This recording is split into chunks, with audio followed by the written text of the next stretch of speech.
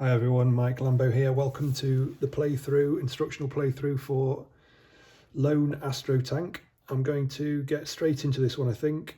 It works in a similar way to Lone Sherman, but it is a different game, obviously a different setting, and the way it plays is different enough, although it has, as you'll see, similarities. So what I've done here is to set the game up I'm using here the counters that come with the game. There will be the final page in the book as usual to be removed, mounted on card, and then cut out into these counters here, you can see. So set up really quick, as is usually the case with my games. So what I've done here is put my 3 crew members on the relevant markers. You can see they've all got 3 health. So I've got a commander with 3 health, a driver with 3 health, and a gunner here with 3 health. That's maximum health. They're all in good condition as you would expect at the start of the mission. My shield is at level 4, which is the best, and again that's what you'd expect as I start out, and I'm not on fire again, obviously. This mission has told me this is mission 8 of the book, and there are 12 to play. So mission 8 is on the planet known as Gliese 667CC, and the mission itself is called Disruption. Okay, and a Disca is a type of alien unit that looks like that. Okay, that is a sort of flying saucer, I guess, for want of a better term. I'm trying to get the light and the distance right on there, but anyway, probably see that. Okay, so it says there is more lava here than we thought. So yeah, 2 big lakes of it there, making movement more difficult. The objective here then is to reduce their Disca fleet. It says move off the map in the direction of the black arrow, that's at the top there in the centre, with no Discas left on the map. So that's my objective. So I don't need to worry about the other alien units. Well, I need to worry about them, but I don't need to destroy them. But I do need to get rid of this Disca, and then I need to move off the map here to win this particular mission. Setup says to place 1 infantry unit, which I've done over here, 1 Lizok, which is like a big dinosaur thing, it's a rocky, lizardy type thing, hence the name Lizok, which is over here. A tank, an alien tank, which is here, and the Disca itself, which is there. Okay, so I've rolled dice and placed them on the random numbers, so that would, the setup there would always be random. Could have appeared over here, up there, in a different order.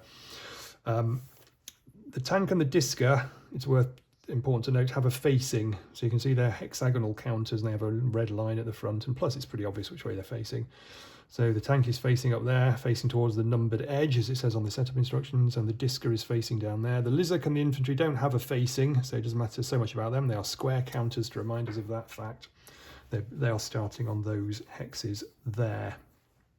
Okay, now there is an events table at the bottom. This is different for each mission as it was for Lone Sherman, and you can see here that in this particular mission there is lots of opportunity for new alien units to arrive. Okay, so any roll on a double 6, on 2d6, any roll from 2 to 6, which is getting on for sort of 40 to 45% of the dice rolls that you would make. So almost one in every 2 turns, a new unit will appear, and that could be an infantry unit, a Lizok, a tank, or a Disca, which is going to be the most common arrival on a 5 or 6. So obviously more Discas arriving is particularly bad because we have to clear the map for this objective, for this mission, of Discas and then get off. But any unit arriving is not going to be great because they are tricky, these things.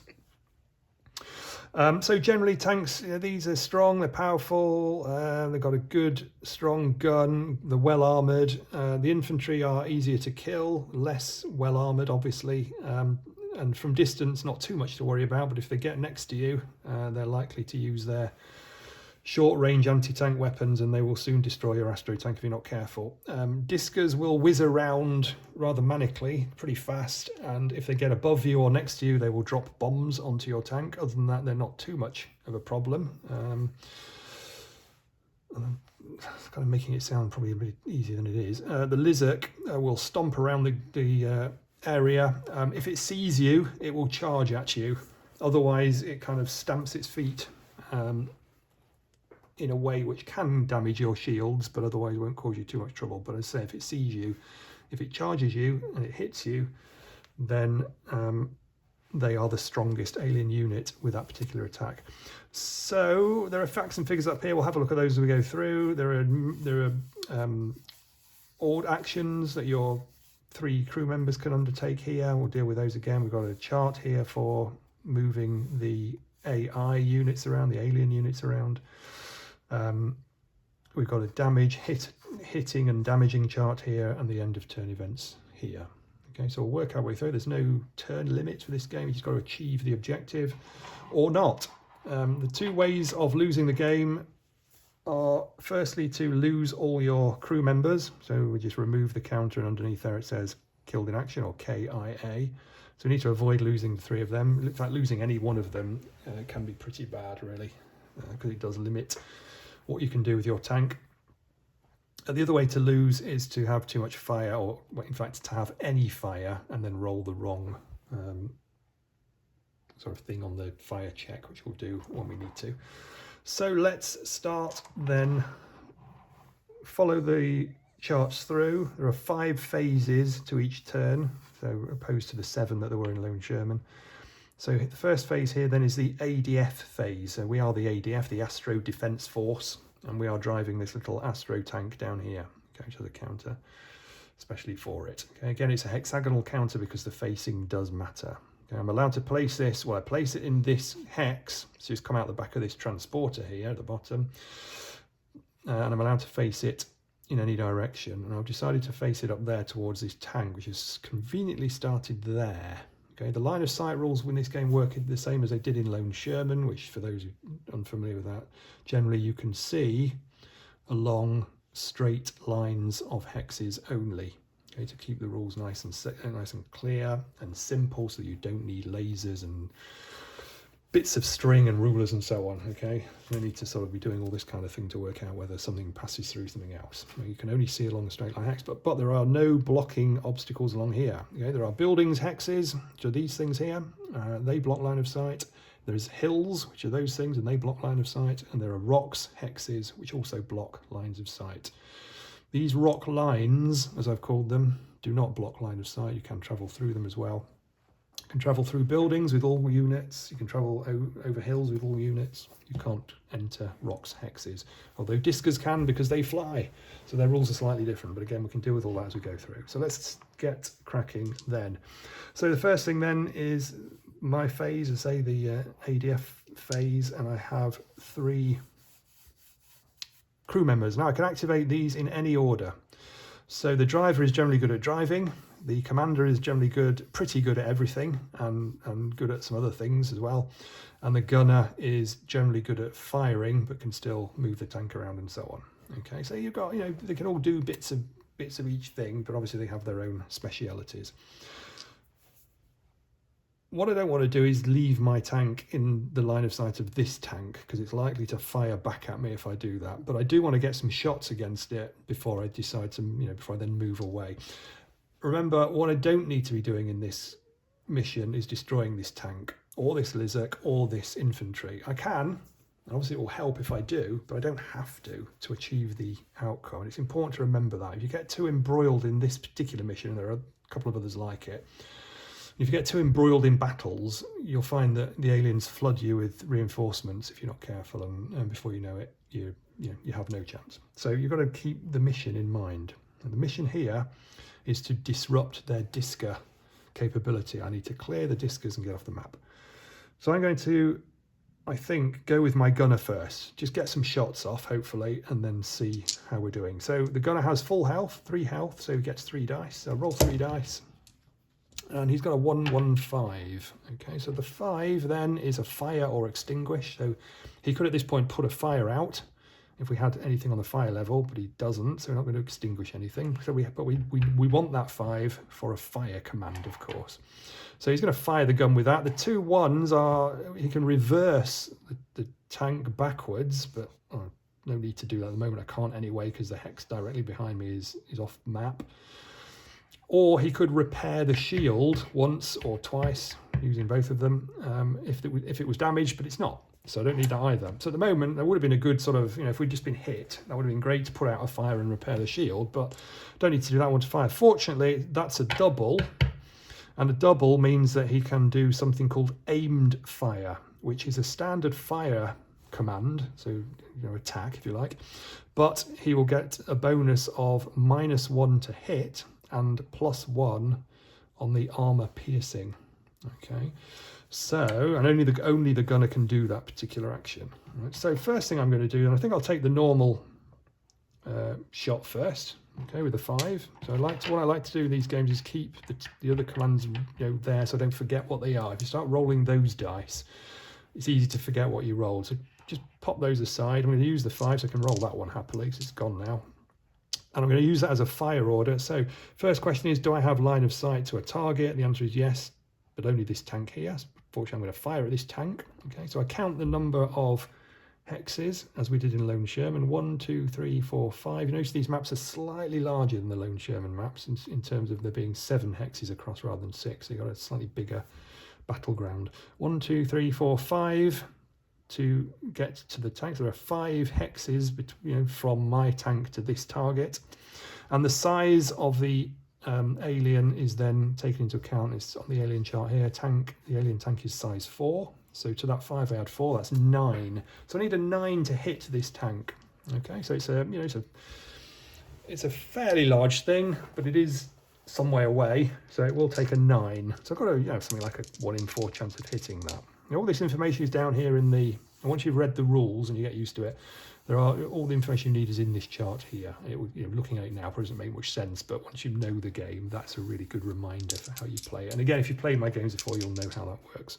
So I need a 9+, so he takes the shot, gets a 7, and that misses, so it whizzes on past. And so we've missed with that. But then unfortunately we've got this double 1 here.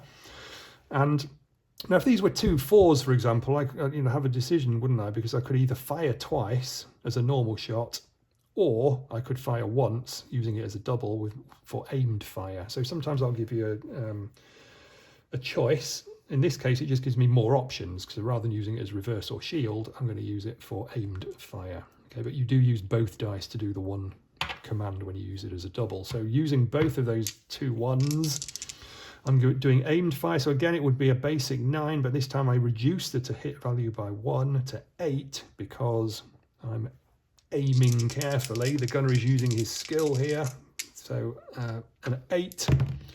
And he gets a 5. So again, the shot whizzes past. Okay, next then I'm going to take, that's my gunner done. Next I'm going to do my commander, because she can also fire. So I'm going to roll 3 dice for her because she has 3 actions, 3 health I should say. Unfortunately, so she only fires on a 5, 6 or a double, and the note here, the double is just a normal fire, not an aimed fire, but she fires on a 5 or 6. I've got a 5 and a 6, so she's actually got a couple of shots as well, which is good. And the 1 for her is also reverse or shield, so again, not particularly helpful here. So I can actually get rid of that 1. So it leaves her with 2 shots. So again, she's going to fire in just the same way as the gunner did. So she'll need a basic 9 to hit with her first shot, and we've missed again with a 4. And the final shot, she's going to take a basic 9 again, and that's a 4, so she's missed as well. So we've missed 4 shots. And now the reason for that, of course, is because I'm quite, I'm almost as far away as you can be. Not quite, but I'm, a good distance away from the target. If I was serious about destroying this tank, if that was part of the mission objective, I would have moved nearer. I'd have gone first with my driver maybe, and moved a couple of nearer to reduce that to hit value down. Okay, but I've been missing, and that's fine. Don't worry about it. I don't need to worry about that because it's not the objective. It would be nice to get rid of it, but tanks are not easy to get rid of. So finally, then I'm going to go with the driver. So for him, I'm going to roll 3 because he's got 3 health. And again, we've got a pesky 1. It's unfortunate to roll 3 1, 1 for each. I've had 4 1s, I think I've rolled, haven't I? It's another reverse or shield, which is not much good to me at the moment. But he has got a 2, which is move or turn, and a 4, which is move or turn. So the driver has lots of flexibility to move. He's got 4 move orders there, and 3 of them are move or turn orders. And one of them's also got a heal on there, which is pretty self-explanatory, really. It allows a crew member to put their health back up by 1 when they're injured. So 2 or 4, so I've got 2 move or turn. So what I'm going to do then is just turn, and you turn 1 hex edge for each turn order. So it doesn't matter which one I use, they're the same thing. So turn with that, and then I'm going to use the 4 as a move order, and that is going to allow me to move 1 hex forward. Okay, now Good thing about that is it takes me out of the immediate line of sight of this alien tank, but also it puts me behind this building, and buildings do block line of sight. So even if this tank moves forward, it's still not going to be able to shoot me through this building's hex. Okay, so I'm reasonably safe, I hope, there for now. And that's the end of my turn. Okay, clearly I could have done that in 30 seconds or so, but I'm explaining these things, it takes longer, doesn't it? Phase 2, remove alien shields. Well, none of them have got shields out, so we don't need to do that. And then step 3 is a fire destruction check, which is as scary as it sounds, but fortunately I'm not on fire, and therefore I don't need to do that. So the 4th phase then is the alien phase. Now what we do is we activate alien units in order, going from left to right of this chart. So all infantry, all Lizards, all tanks, and all Discers. And we go nearest to the AstroTank when there's more than one infantry on the board. We've only got one of each unit at the moment, so let's just go ahead with those. So we're going to take this infantry unit first up here. And for that, we are going to roll 3 dice. It says here, infantry 3. So we're going 3, 3, 4, 5. You can see that's how many dice you roll always for an alien unit. They're never damaged or injured in any way. They're either fully operational, full health or whatever, or they're destroyed and removed. So for the infantry, we roll 3 dice, and they get double 1, 3. Okay. What we do is, as we did in Lone Sherman, put them into numerical order and deal with them from low to high, okay, from lowest to highest. So we start with 1. That's a fire order or action. So this infantry would try and fire at the AstroTank, but it has the same line of sight rules as the tanks and so all the units. So it can only see down its straight line hex, rows of hex or lines of hexes. So it can see down there, but it would stop at this rock, and it could see down there, which would stop at this building, and then it would see sort of into that hex there, and that's it. So it can't see me, so it won't fire, and that's all a 1 is, simply just fire. So it won't move, fire won't fire, and it won't fire on that 1 either. So it doesn't do much there. A 3 for it is again a fire order or fire action, but it won't do that for the same reasons. But then it says move horizontally. So what we do here is we always do these in the order stated in the chart. So you do the first, you try to do the first action. If you can, you stop there. If you can't, you then try the next action. In fact, for this one, for a 3, for the infantry, there are actually 3 actions in here, 3 possible actions. So you try one, then the other, then the other. So we fire, then we move horizontally, then we move vertically. So at the moment, we're going to try and move horizontally. What we must do when we're dealing with infantry and Lizards, those ones without a facing, they operate in the same way in terms of movement. We find the quickest line of quickest route of hexes that will get it to the AstroTank, avoiding all inaccessible hexes. So avoiding other alien units, except Discers, because they can go underneath those, but they can't go onto the same hex as the Lizard or the alien tank, for example. They can't go into liquid hexes either, and they can't go into these rocks hexes. Can go on hills, obviously, and can move into buildings. So the quickest line would be like that. If there wasn't a line, because perhaps if there's an alien unit there and there, then it would be sort of hemmed in, if you like. Then they just wouldn't move, and we just leave it where it is. But the quickest line of hex is clearly down there. There's actually 2 routes, technically. There's a route there, and there's a route there. Okay, so like there and there. Right, don't make any difference really at the moment. So the question is, does moving horizontally, which means to the next column, or one of the next 2 columns, does that get it nearer to the AstroTank? The answer is no, it doesn't. It doesn't go along one of those, that does not go down along one of its quickest routes.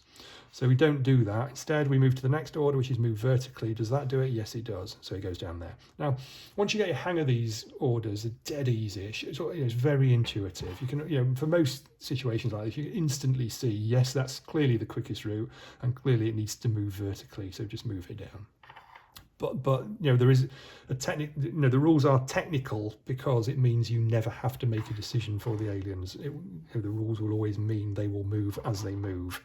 And just with Lone Sherman, always do, and the rules in this make that particularly clear, always do what their rules say, even if you don't think it's a good move. Okay, sometimes they might surprise you. Let's move to the Lizard, who also rolls 3 dice. Okay, this one gets 4, 5, 5. So dealing with the 4 first. We can see there, in fact, the 4 and 5 is a stomp for a lizard. Okay, so it's an attack. It's a special attack that a lizard, did I say lizard? Lizard does. Okay, so it's actually got 3 of those. It's going to stomp 3 times. Now we're a bit lucky here because what you do first of all, it says here no line of sight needed. So it doesn't need line of sight for this attack. You just find the most direct route between the lizard and the AstroTank. 1, 2, 3, 4, 5, 6, 7, 8, 9. It's 9 hexes away, which means it can't do a stomp attack. Because what a stomp attack does is you count the number of hexes, it rolls 1d6, and if that's equal to or greater than that number of hexes, it's an automatic hit. So what it's basically doing is kind of, sort of rearing up on its hind legs and slamming its front feet down onto the floor, creates this wave, this quake, if you like, that runs towards the tank. And if it hits it, it destroys. All it does, though, is damages a shield by 1. So it would only put the shield point down. Right? So it's not too much to worry about. But obviously, if it had done 3 stomps and all had hit, then my shield would be very low.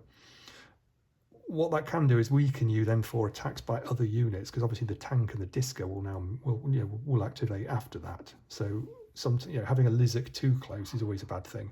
The other thing lizards do is charge, and they do need line of sight for that. So if this lizard sort of got to here and rolled a charge, then it would charge straight at me down this row of hexes, and if it hits me, it does very serious damage indeed, potentially. So you do have to be careful of those. Don't get too close to them. Fortunately, they're very big, so you can hit them from quite some distance often. They're the biggest alien unit on the board. So that's a lizard. Let's move on then. The tank. If it tried to stomp 3 times, they're all going to fail. Didn't bother rolling the dice. It can't hit. It's got to be within, 6 is the maximum distance it can hit from. So let's go with the tank. The tank rolls 4 dice. Now this works identically to the Panzers and Tigers in Lone Sherman, I think, almost identically. I think the command roster here is virtually the same, in fact. So they roll 4 dice each time. Again, put them into numerical order, go from lowest to high. So 2, and again, always do exactly what it says. Okay, so 2 for a tank, an alien tank. First, it will try to move. So what do? Look at the alien tank.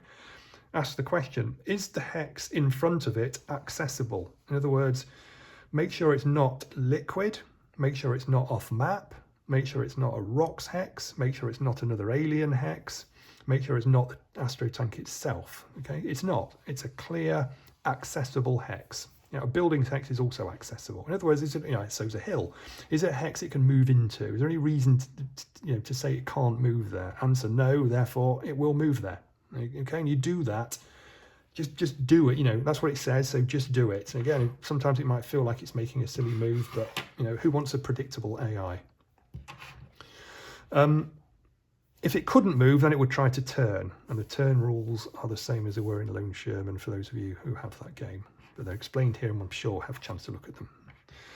It's then got a 3, which means, and again, it will only perform 1 of those. Because it moved, it won't turn. All right. If it can't perform any, you just ignore that die and move on to the next one. A 3, it will try to fire. Now I am in one of its lines of sight rows of hexes, okay, down here. So potentially it could have fired 1, 2, 3, 4, but there is a buildings hex here, okay, that blocks line of sight, remember. So it can't fire, therefore it will try to move, because that's what it says to do here. All right. The trouble is, the hex in front of it is inaccessible. It's a liquid hex, therefore it won't move. Okay, don't suddenly think, oh, I know, it'll turn instead. No, it won't. It just won't move. It's finished. Okay, tried to fire, couldn't. Tried to move, couldn't. Move on to the 4. This time it will try to fire again. So you can see these tanks are, fairly keen on firing at you whenever they can. Fortunately, we're still behind the buildings hex. It can't fire, but this time it will turn. And just as in Lone Sherman, 95% of the time, these tanks will turn towards the AstroTank. Okay, it's not facing it on a direct line of hex. It's facing over there, facing that way. Okay, so this alien tank's facing over there. My tank is here. So turn towards it means turn, the quickest way to it, not like that. Obviously, it's not going to turn left, is it? Because it has to go right around to get there. It's going to turn towards it like that. So it turns to its right. Okay, again, it can only move one. It can only turn 1 hex edge, just like the AstroTank could when it was turning. So it didn't fire, but it did turn. And there are tie-break rules down here for when it's in the same line of hex. Like now it's facing the AstroTank, so these rules would actually kick in and tell you what to do in those tie-break situations. That's the only time you need those slightly more complex things. But there's plenty of examples of play in the book to talk you through how to do that when the time comes. And then it's got a 5, which is a move, if not reverse order. Well, the move action will take it there because the hex in front of it is indeed clear. So you can see what it's done. It's moved forward, it's turned, it's come towards me. It's hunting me down, and that's what the tanks will do in this game, generally. Right? So that's the tank. Then we have the Disca finally. That rolls 5 dice. You can see it's going to move pretty fast. And again, you're better to whiz through these once you get a hang of how they work. So the Disca works more or less in the same way as tanks. They attack differently. They can only attack, as I said earlier, when they're above the AstroTank or adjacent to it, so you don't have to worry about it till it gets down here. So you roll 5 dice and do the same again. You see its attack here is called bomb, just to remind how that works. So it's got 4, 5s and 6s, so 4 is a bomb. It can't bomb because it's not on top of me or adjacent to me. It will therefore turn, and again it will turn towards me like that, because it's not facing directly at me at the moment. So it will turn to the left. Okay, again, can you see how that works? You know, this AstroTank is facing, sorry, this Disca is facing down this row of hexes here. My tank is here. It makes no sense for it to turn to its left, does it? It's got to turn towards the AstroTank. Yes, what that does is turn it from facing there to facing there. So it's kind of turned, it's swept almost past it, but that, you know, that's fine. You know, what else can it do? It's going to do that, and it's going to come down here, then it might turn left, and it might turn right, but eventually it will find you. That's the point. It can't always be pointing directly at you. It's not possible from where it is, because that's, you know, how hexagons work. Okay, then it gets a 5, which is a move. So again, just like the tank, it moves because that hex is accessible to it. And then it will move again because it's got another 5. So again, it will move there. Remember doing the first action. And then the 6s would be bomb action. So it would bomb me twice if it was above me or next to me. But it isn't there. So therefore it will shield. So what the Disca does there is activate its shields. So I put a little shield token on it, and that tells me, you can see on there, that it gets a +2 bonus if I try and shoot it. We'll see how that works, hopefully at some point when I shoot something with a shield. Infantry have shields, tanks have shields, Discas have shields, Lizards don't have shields. You don't need to remember that particularly, they simply don't have that action in their chart, so you'll never have to do it. Unfortunately for us, Lizards have thick, rocky skins which give them enough protection without shields. So that's it, that's the alien turn done. Okay, so generally, again, we could have done that in a minute and a half max. So then we come to the final phase, which is phase 5, and that's the end of turn event. So just take 2 dice. I'm going to roll a 7, and you can see there 7 to 9, I should say, 7, 8, 9 is no event. So nothing happens, and that's good. Yeah, that's good. Because it means no new aliens are coming. Now we go back to our turn. So back to the AstroTank phase, or Astro Defense Force phase. And again, I can go in any order. I've got my 3 guys here. Question, what do I want to do? I think what I'm going to do now is try and start moving up here to get towards this arrow. And at some point, I'll take this Disca out when it gets a bit nearer. And then I can get off the map and for an easy victory. Yeah, that's the plan, isn't it? Okay, so let's drive first. Okay, so get a 1, 2, 5. Okay, and I can deal with these in any order for my crew members. It's only the aliens you have to put into order because you need some way of deciding what you do first and so on. For your guys, you can do whatever you like. Again, unfortunately, I've got a 1. I don't really want that at the moment. 2 is a move, so I'm going to move up there. Yeah, it's move or turn, but I'm just going to keep moving, so I want to go up that way. And 5 is move or extinguish. Again, I'm not on fire, so I'm just going to move again up there.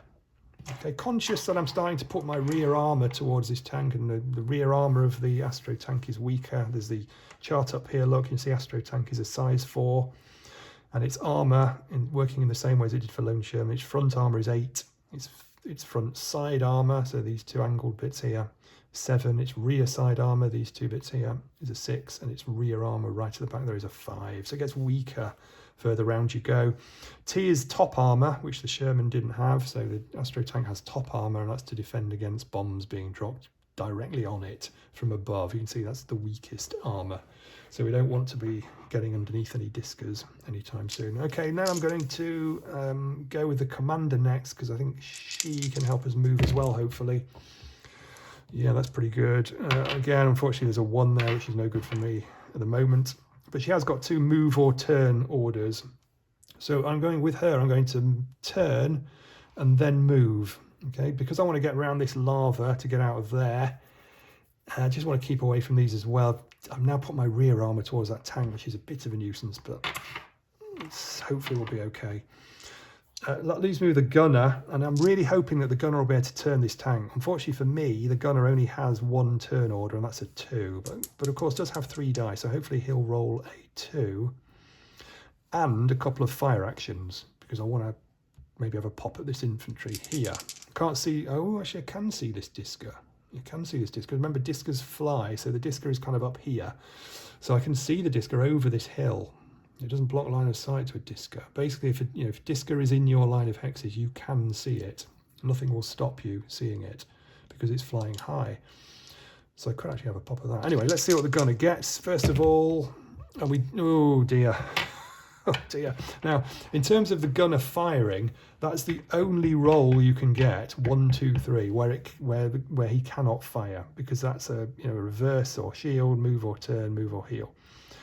Any other combination of dice would automatically include a 4, 5, or 6, which allows you to fire, or a double.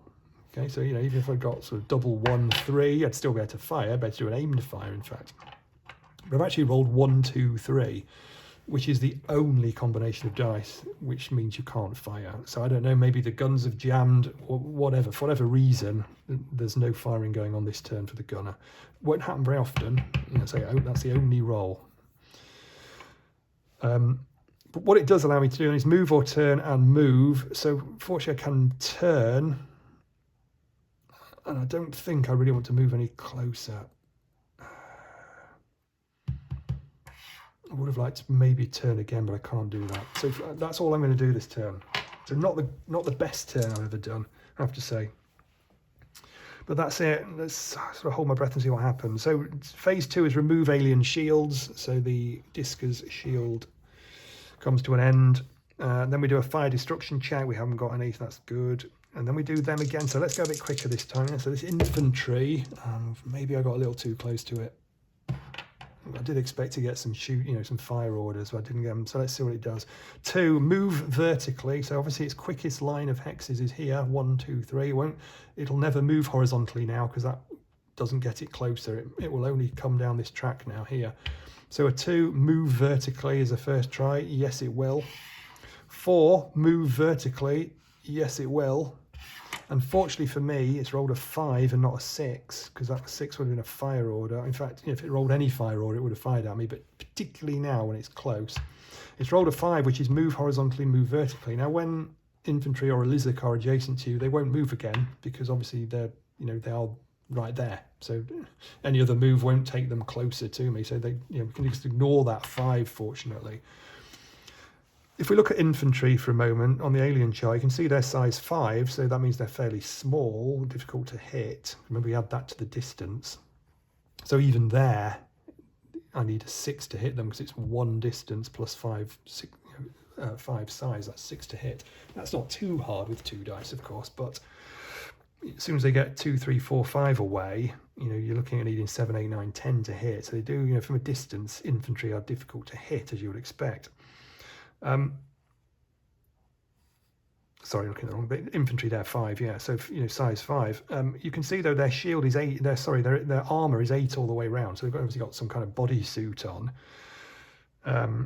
But without, if they put a shield up, obviously they add 2 to that, as a Discer did. But generally their shield is 8, and because we deduct our AP, our armor piercing, from that, if we can shoot them with a front guns, for example, which has an armor piercing of 3, then we don't need a 5 to hit. So when they're close, they're easy to hit, and we can usually kill them fairly easily with any gun, really. You can see here they have an armor piercing of 1/4. When they're shooting from distance, they use the 1. When they're adjacent to you, they use the 4. Okay, so even if they were there, they'd be shooting with an AP of 1. If they're there, they use an AP of 4, which is, also comes off of your armor rating. So, they're dangerous close up. But fortunately, they haven't attacked us. They've come they're right on us. We're expecting any minute, but they haven't attacked us yet. We've got a chance to deal with them before they do. Let's try the lizard. Ooh, so 1, 2, 3 for that as well. So the lizard gets moved. So where's its quickest run? So it's going 1, 2, 3, 4, 5, 6, 7. It's going to be down there. It's a straight line almost of hexes down there. It's not going to be. It's going to take it longer to go around there and there. So this is the line of hexes it's going to do. It can't. It won't. It would have been there and along there as well, but this disc actually can go under the disca. Yep, pardon me. So it's actually got 2 lines. It can go like that, or it can go like that. All right. And all that means really is just looking at this, which way do they move? We'll move vertically first. So will it move vertically? Yes, it will actually, because that still takes it nearer to the AstroTank. It's reduced by 1 the number of hexes it needs to travel on. So it will move vertically. Then it says the 2 is move horizontally or vertically. So horizontally first. So now it will only move horizontally because it's on the same line of hexes as us. So but it will move there. Alien units can't usually, in fact, no units can go onto the same hex as other units, but because the disca is flying, that's one exception to it. So just being a little careful to keep the discas facing in the right way. It goes under there temporarily. And then it moves vertically. We won't do that because that won't get it nearer. Second try, move horizontally. So we'll do that again. So the lizard has actually walked under the disc, if you like, or ran under the disca. It's now behind that hill and it's heading for us. Fortunately, again, it didn't get any kind of attack. No stomps going on this time, and it didn't charge. Or it wouldn't have charged anyway, of course, because this hill blocks line of sight. But as soon as it gets onto this hill, it could charge us from there, which is bad. That's the highest AP in the game. It's an armor piercing value of 5 when the lizard charges. So we've got to be careful. We'll get away from there before it does that, hopefully. Then we move to the tank and roll 4 dice for that. 2, 3, 4, 6. So again, we can do this a little bit quicker this time. It will try to move first of all. It can do that because the hex in front of it is accessible. And then it will try to fire, which is kind of what I was a bit worried about. It can do that because I'm in its line of sight. Now, these alien tanks are turreted. Okay, they have a turret, so they can fire in any direction, okay, regardless of which way they're facing, with the same powerful gun that they have. And their AP is 3, so they're pretty good. Yeah, they're pretty mean. So this tank will, with a 3, fire at my lone AstroTank. So take the 3 there. So in the same way as we did for our attacks, we count the hexes, 1, 2, 3, and then we add our size, which is 4. So it needs a 7 to hit us. However, they are firing through a rock line. Each rock line, which is not bordering the attacker's hex, so these work in the same way as tree lines did in Lone Sherman, but you ignore them for discas again because you're shooting over them for discas because they're up in the air. Remember, tells you all that on here. You don't need to remember everything, it's all written here for you. And similarly, if you're on higher ground, or if one unit, attacker or defender, is on higher ground, again, you ignore rock lines. But they're both on ground level, so this rock line will get in the way. It's not bordering the attacker's hex here, it's right in the middle here. So the 7, fortunately for us, becomes an 8 because of the rock line. So it needs an 8 to hit. And it has got an 8 to hit.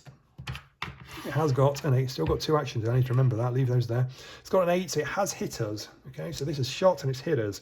What do we do next? We move on to see whether it damages or not.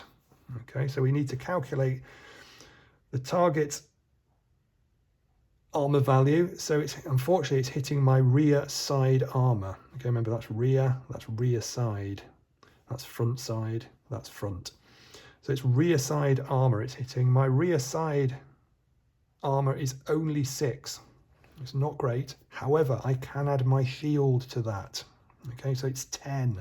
So you can see instantly how important this shield is. And if that shield was down on 2 or 1 or even 0, this would be a potential, well, it would be a disaster. It still might be, but it's got a better chance with a full shield. So I've got 6 armor plus 4 shield, that's 10. Unfortunately, the tank's AP of 3 is deducted from that to give 7. Again, that's all written here for you. So 7 to damage. Unfortunately, it's bounced off. Okay, so they hit, but it's bounced off. which is great news for me. Okay, now the tank had a 4 next, which is again a fire order. So unfortunately for us, in fact, so 6, it's got 2 more shots at us yet. Oh, these tanks are nasty. So let's do the next one. So remember, it needed an 8 to hit. It's missed with that one altogether. So first one bounced off, second one's gone flying over the top somewhere. And the final shot from this tank, they have a 7, which is again a miss. Unfortunately, the rock line has saved us there. Remember, 1, 2, 3 plus 4 was 7 plus this was 8. So had it not been for this rock line, we would have been hit, but we weren't.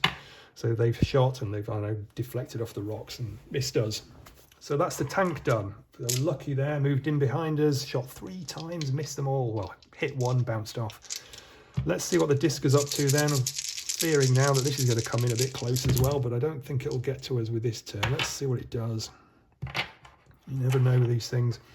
So it tries to bomb, it can't bomb, so it will turn, and obviously it turns towards the AstroTank, and actually, yeah, it's always bad to leave it in line with the, it's always bad to leave your tank in line with a disca, because it will now tend to just come at you. 2 is a move, so it will move. Remember, it can go into that hex because it's flying, and therefore it's above that disca, above the Lizard rather. Then the 2 again, another 2 means it moves again, so it moves above this hill. And again, remember, it's not on the hill, it's flying in the air, but it's above that hill. Then it gets a 4, which is a bomb order. Fortunately, it can only bomb adjacent or directly below it, so it won't do that.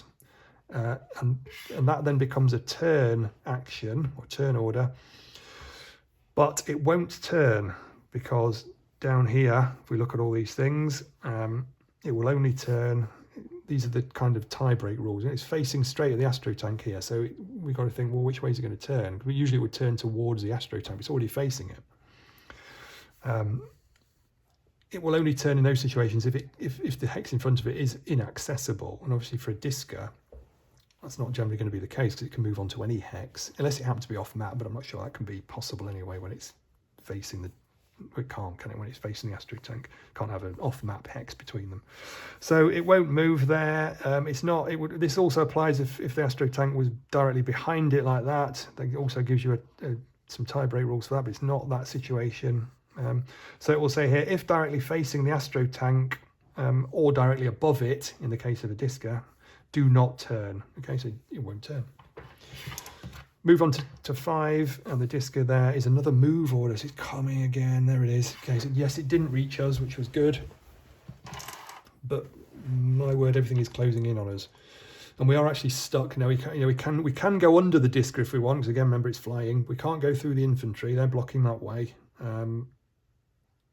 So we just got to decide. I think we just need to come out shooting, don't we? See what we get. Let's see what the event brings as well.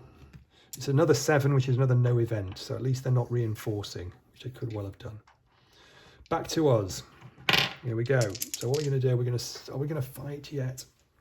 I'm tempted to blast these infantry out of the way, so that I can at least have a fairly simple escape route if needed. So let's go with my gunner first. We're still all in good health. It's still not great rolling from the gunner, I have to say. Disappointing, really. These are move orders, which I really didn't want. It's got a 4, though, which is a fire, so we can fire 1. So fire at these infantry. Remember, they're 1 away, and they're size 5, which means it's 6 to hit. Oh, we got a 4. Oh, dear, oh, dear. I can't reverse. I don't need to repair the shield, so that's no good. I could move or turn. I think actually, do I want to turn? I don't think I'm going to turn, because I really want to get rid of them. And if I turn, I'll be shooting with a side gun, and my AP on the side is only 1. And it's still, their shield, their armor is only 8. So it'd still be a 7 to damage them, assuming I hit them, of course. But should that be my priority? Oh, let's take the risk, Mike. Come on. Let's turn. It's all in the hands of my commander. So the gunner has turned. We have the commander and the driver. Then I'm going to go with the commander first, and I'm praying for lots of 5s and 6s or doubles. Oh dear, oh dear. Stressed. Okay, I've got a double at least. So the commander is going to fire. I'm going to fire at this Disca because that's the mission. If I can get rid of that, then at least I'm on the home straight kind of thing. So 1, 2, and the size of a Disca is a 5. Okay, not because it's particularly small, but because it's moving, it's flying, and that's always a tricky thing, isn't it? Even for these futuristic tanks. So 1, 2 plus 5 is 7 to hit, and boy, do we need this. Come on. Oh gosh, would you believe it? What a time to roll snake eyes. So boom, whizzes straight past. Now we've got a 3. What can she do with that? She can move. I don't really feel like I want to move, to be honest. And this is starting to feel like trouble. Right, driver, you've got to get us out of here. Driver only fires on a 6 or a double. So I'm looking for doubles and 6s, please. Oh, now that's not too bad. So surprisingly, the driver, I don't know, discloses that he's done a recent gunnery course or something, but out he comes. He's got 2 fires here, which is brilliant. I didn't expect that. Okay, so the first shot then, we're going to shoot the Disca again. 1, 2, 7 to hit. It's an 8. So the driver smashes the Disca right behind the head, right between the headlights. So we've hit it. Now we need to check for damage. Have we damaged it? Or rather, I should say first, so have we damaged it? So the target's armor value, unfortunately, we're hitting it straight on the front, aren't we? So the Disca's front armor is actually a 10, which is pretty good. But it's got no shield up, so that's good. So 10 is its armor, and we are hitting, fortunately, with the front gun's AP of 3, so we need a 7. We really could do with this. Oh, I can't believe I rolled a double 1 again. What is going on? So that is a miss. Fortunately, got another shot, so again, we're going to go 7 to hit, and that's an 8, so we've hit it again. Come on. 7 to bring this thing down. More likely than not, yes, it's a 9. So we bring that Disca down. Remember, as soon as you hit an alien, you don't have to roll for damage. It's destroyed. So the Disca crash lands into the lava or something. Brilliant. Now the driver is left with a 5 here, so with no point extinguishing. Does it want to move? It's in line of sight of this tank, isn't it?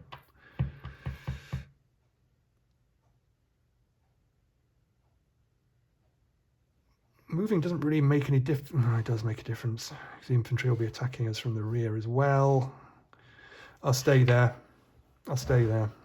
That's me done. Remove alien shields. There aren't any. Fire destruction check. There isn't any yet, I should probably say now.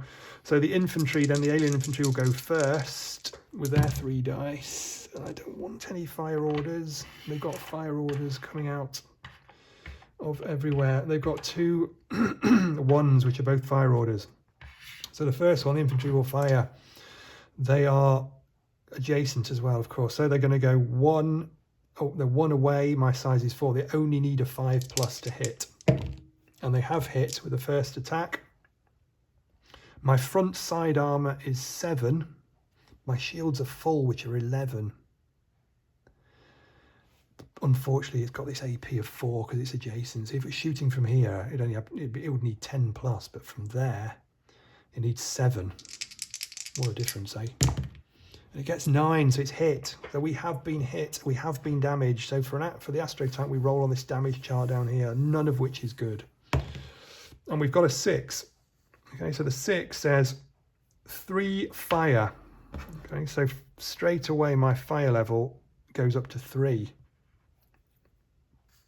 And -2 shields. So my shield level goes down to 2.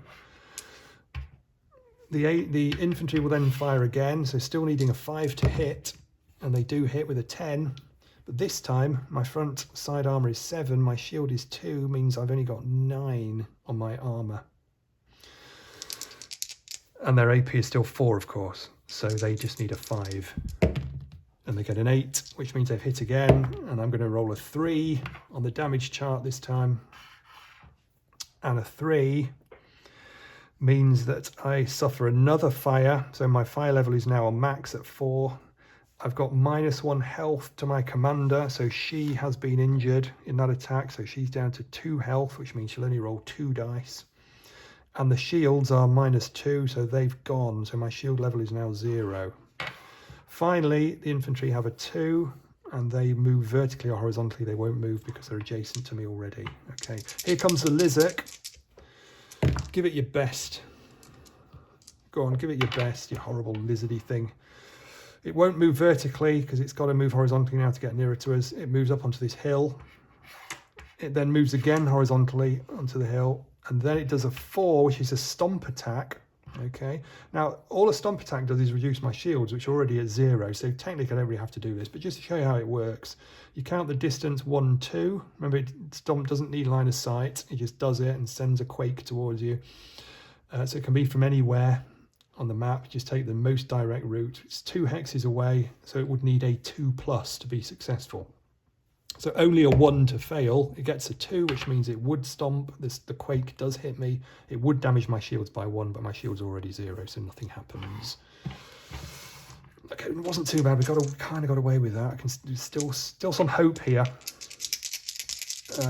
Unfortunately, I've got this tank. So let's see what that does. Ooh, might we get away with this? So you would expect it to fire at you, wouldn't you, when it's there? But we've rolled nicely there. 2 is a move. So for whatever reason, we don't need to think about it. You know, so yes, seems a bit silly, but we don't know what's going on in there. You know, this crew might, you know, I don't know. Maybe they're inexperienced. Maybe they're panicking a bit. Maybe, you know, they say the guns might have jammed. Maybe they're temporarily out of ammunition. Who knows? But they're moving down there. And then the 5 is also a move. And that 5 is also a move. So they actually move right down there, parked up. They can't fire because of these rocks, even though they potentially got line of sight. These rocks block that. They put their shields out. So that, you could say, is a very defensive manoeuvre from that tank. And we are grateful for it. We are very grateful for it. End of turn event gives us a 6. And that, of course, is a new disca. So we roll the dice to see where it comes. It comes on at 1, which is over here, facing the direction of the number. So we've got a new disca. So we have a new objective. We now have to destroy this disca before we move off the map. Not getting any easier.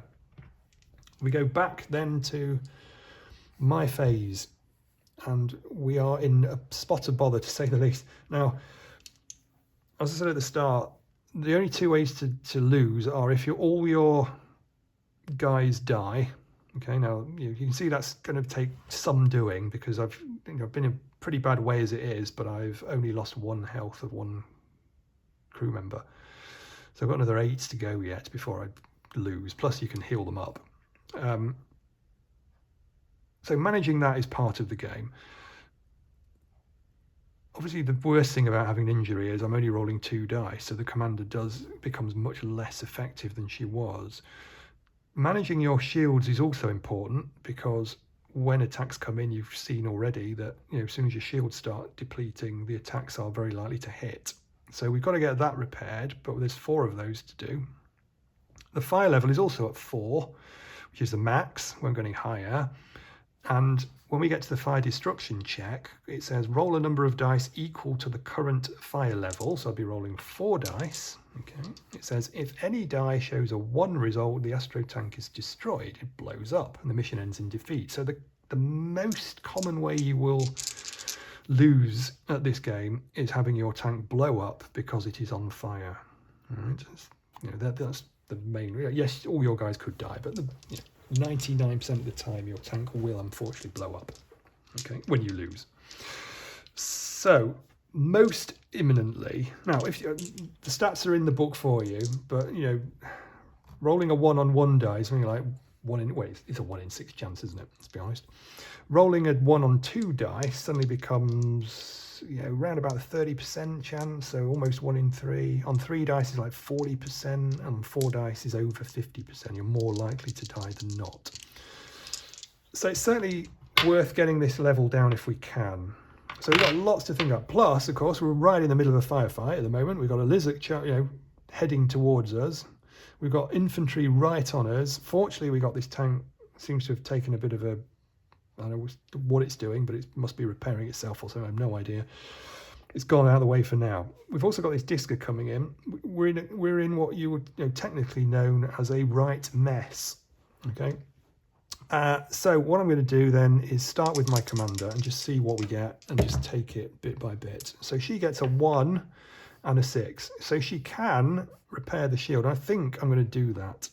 Okay, can't reverse, so we'll use the 1 to repair the shield. So the shield level is back to 1.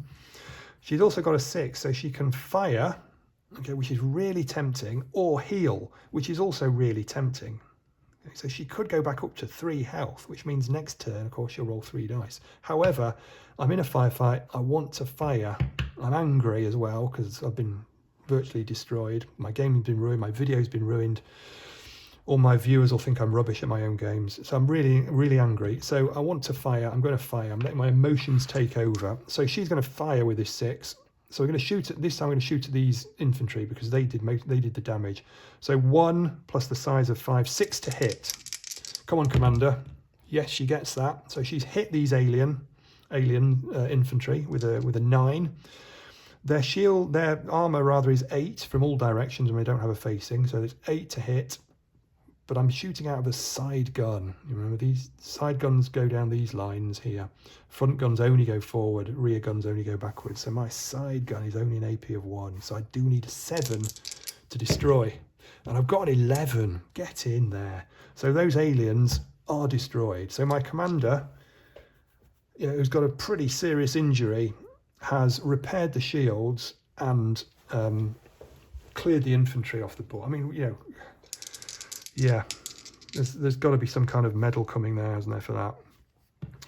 Okay, we've still got my driver and my gunner, so do we get an earth out of here? We probably do in a minute, but first of all, the gunner is going to have a go. He's okay, so he can roll all the dice, but we've still got this fire, but unfortunately for us, only a 5 will extinguish for all 3 crew members, other than for the commander, who can extinguish on a double, but we've already done that and she didn't get a double. The gunner hasn't got any extinguish orders either, so we're still in danger of blowing up. But what we can do with this is we can fire a couple of times. We can also do a lot of moving there. So I'm going to fire with this 6 first. Okay, so again, this is another little decision within lots of other decisions. I could do an aimed fire to have more chance of killing this, but I'd like to keep those 2 2s because that's a move or turn order, so I can kind of move and turn and move and start getting away. I really just want to get up here now, but I'd like to take a shot at the Lizok before I go. So I'm going to fire at this Lizok, which is a 1 2, and its size is 3. It's a massive thing, so it's only a 5 to hit. I've got a 9, so that is indeed a hit. Now unfortunately its armor is 11, so you really do need to be firing the front guns against Lizoks, and I am. Which is a 3 AP, so I need an 8 to bring this thing down. It'll never have a shield on it. It doesn't do shields. I need an 8 to bring it down, and I've got 11. Oh, talk about going down fighting. So then we're going to use his move and turn. He's going to move and turn, I should say, and then move 1 up to there. Okay, we're going to get up there. We're going to wait for this disco. We're going to blow it up and get off the map. That's the plan. We've still got the driver to go, of course. So the driver, who also has full health, gets lovely roll. Yeah, great roll for the driver. These are all move or turn. Yeah, move or turn, move or turn, move or turn. So move, turn is what I'm going to do. Okay, park myself there. Turn towards the disco, well away from this tank. That's the end of my turn. Unfortunately, I didn't roll any 5s. Couldn't extinguish that fire at all. Next thing, we remove alien shield. So this tank's shield is deactivated. Now we do a fire destruction check. This is where we hold our breath. This is about a 52% chance of dying here with all this. This is the highest, I'm in the worst condition I can be in terms of fire. If I survive this, I might just have a chance. You never know. Let's see what happens, shall we? Oh, and there we are. There we are. I have rolled a 1, and therefore my tank is destroyed. My crew are all killed, and I lose. But it was a brave fight, you must admit. If I'd have survived that, if that had been, if I'd survived that, I might have been able to start extinguishing it, getting my shields back up a little bit. The aliens are depleted. Thanks to a lot of great firing, I could have taken that out, got off the map, could have won it. This is mission 8. It's not easy. Sorry, none of them are easy, really, but they're certainly doable. As hopefully you've had a glimpse of a taste of victory, if you like. That is, okay, I was going to show you the cover then, but I've kind of stuck it down a bit. I probably can do that. There we go. See a bit of tack on there, so you just hold the book steady. There's nothing else holding this book down. It's just a little bit of tack. And, you know, for me, that works very well. Lays nice and flat. Often print them out myself to use, but I've played this one out of the sample proof copy that I ordered and got. I've done a quick playthrough video for you if you want to have a look at that, see it in a bit more detail. That is Lone AstroTank, and is available as ever on Amazon. Cheers.